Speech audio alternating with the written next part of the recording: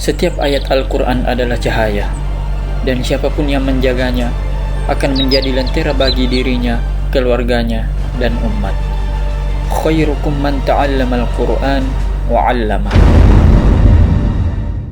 Bismillahirrahmanirrahim. واخفض لهما جناح الذل من الرحمة وقل رب ارحمهما كما ربياني صغيرا ربنا إنك من تدخل النار فقد أخزيته وما للظالمين من أنصار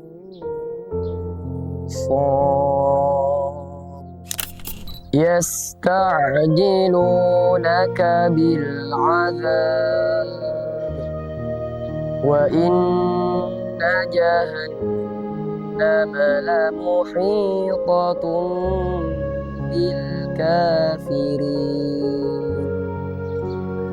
وإذ تأذن ربكم لئن شكرتم لأزيدنكم ولئن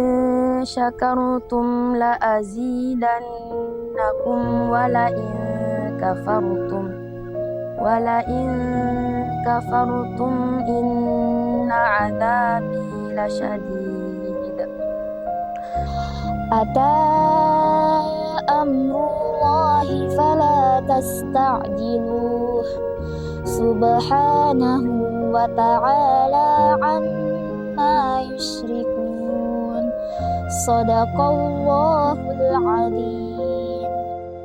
Nama saya Muhammad Zumar Tasbih, berasal dari Bone Kota. Nama saya Muhammad Zaki Al-Khairan, asal saya Belopa. Nama saya Muhammad Fitrah, asal dari Malela, Desa Unra, Kecamatan Awampone, Kabupaten Bone. Perkenalkan, nama saya Izdihar Rokia SS. Alamat saya Pinrang. Nama saya Nur Sakinah. Alamat saya Bone.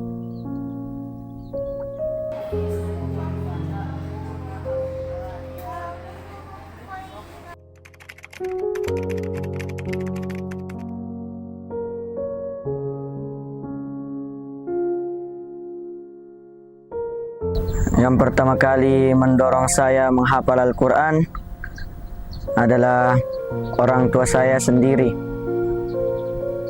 Saya sebenarnya tidak ada kemauan untuk menghafal, tapi saya dipaksa terus untuk menghafal Al-Quran karena saya satu-satunya anak penghafal Al-Quran dari kedua orang tua saya.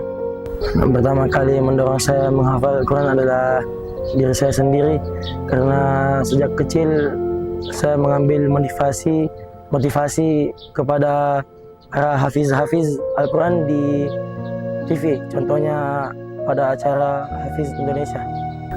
Pertama kali yang mendorong saya untuk menghafal Al-Quran adalah orang tua saya sendiri dan keluarga saya yang ingin melihat saya menjadi penghafal Al-Quran. Dan saya termotivasi untuk mengangkat derajat kedua orang tua saya yang berprofesi sebagai nelayan. Yang pertama kali mendorong saya adalah orang tua saya. Sejak kecil, orang tua saya selalu membimbing saya membaca Al-Quran, terutama abah saya. Abah saya selalu menasihati saya, memotivasi saya, dan dari situlah saya merasa punya dorongan untuk memulai. Yang pertama kali mendorong saya untuk menghafal Al-Quran adalah kedua orang tua saya. Sejak kecil, orang tua saya selalu menanamkan kepada saya untuk bisa menghafalkan Al-Quran.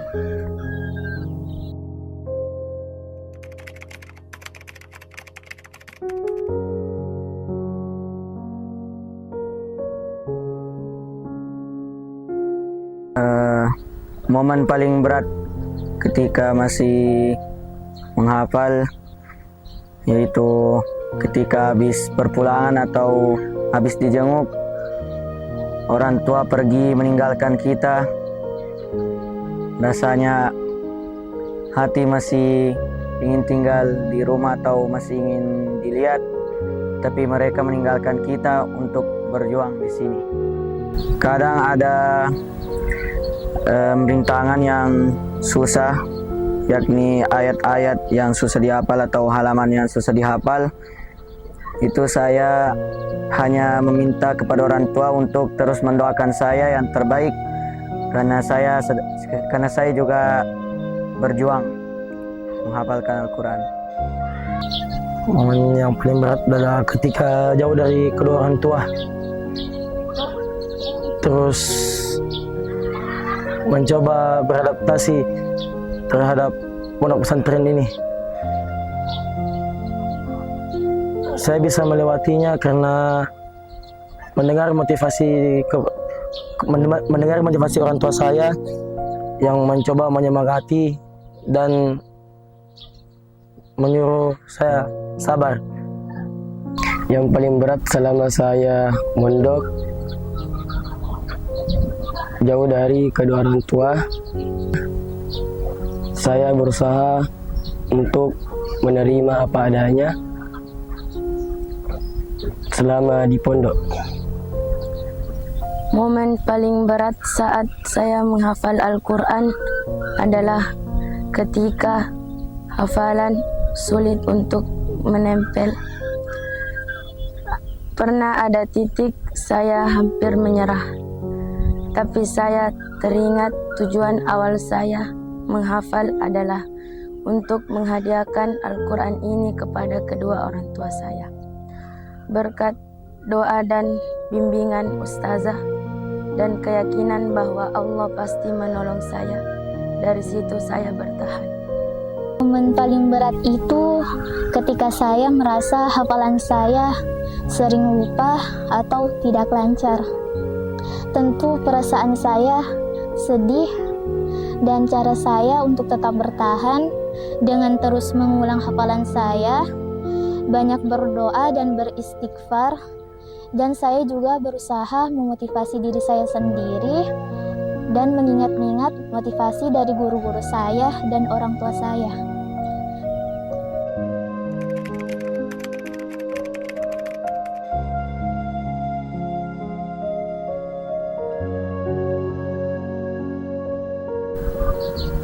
Ya, saya tidak menyangka karena keterpaksaan itu bisa berbuah manis, yakni menghatamkan Al-Quran. Dan doa yang sering saya panjatkan atau yang saya panjatkan pada saat itu, saya hanya bersyukur kepada Allah dan meminta untuk istiqomah kepada saya. Saya sangat tidak menyangka karena saya bisa menyelesaikan hafalan saya 30 juz. Terus saya sangat bersyukur dan sangat berterima kasih kepada Allah dan berterima kasih kepada para guru-guru dan ustaz di pondok ini karena telah membimbing saya sampai bisa menyelesaikan hafalan Al-Quran 30 juz. Saya sangat bersyukur karena dari awal saya susah menghafal dan alhamdulillah saya bisa menyelesaikannya. Perasaan saya pada saat itu senang, lega, tapi juga haru. Karena tentunya perjalanan ini bagi saya tidak mudah. Doa pertama saya untuk diri saya, semoga Allah menjaga hafalan saya, menjadikan saya orang yang istiqomah, dan semoga Al-Quran menjadi syafaat untuk saya dan keluarga saya di akhirat. Rasanya campur aduk, sedih, terharu, senang, tidak menyangka bisa sampai ke titik ini. Doa yang saya panjatkan, semoga saya bisa istiqomah menjaga hafalan saya dan semoga bisa menjadi penolong di akhirat kelak. Jauh aku mencari tempat mengadu, padahal kau dekat denganku. Saya ingin berterima kasih kepada kedua orang tua saya yang telah mensupport dan mendukung saya bisa sampai di titik seperti ini. Saya sangat berterima kasih kepadanya karena saya bisa seperti sampai saat ini. Dan ku berjanji takkan habis puji. Terima kasih kepada kedua orang tua saya karena telah mensupport saya dan beri saya doa supaya bisa berhasil di sini. Untuk orang tua saya, terima kasih telah membiayai saya selama di pondok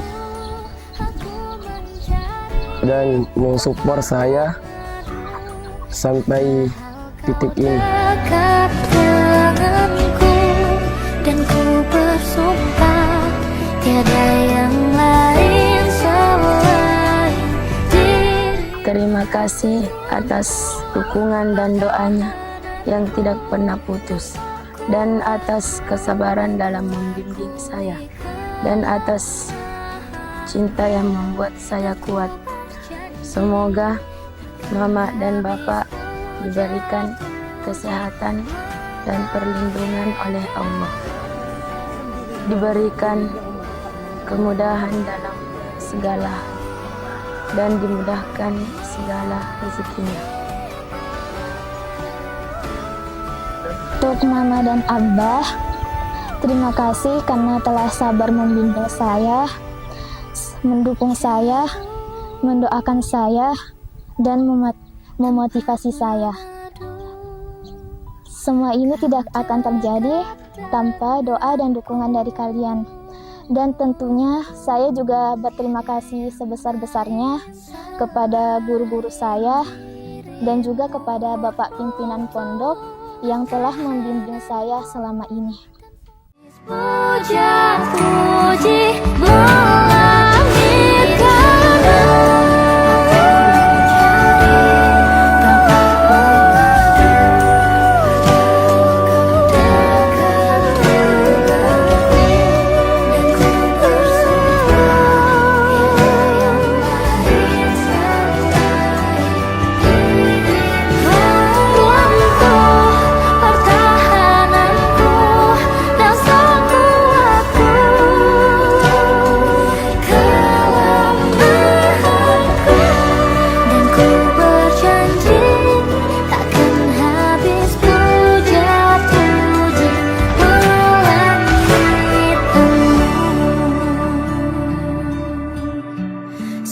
segala puja-puji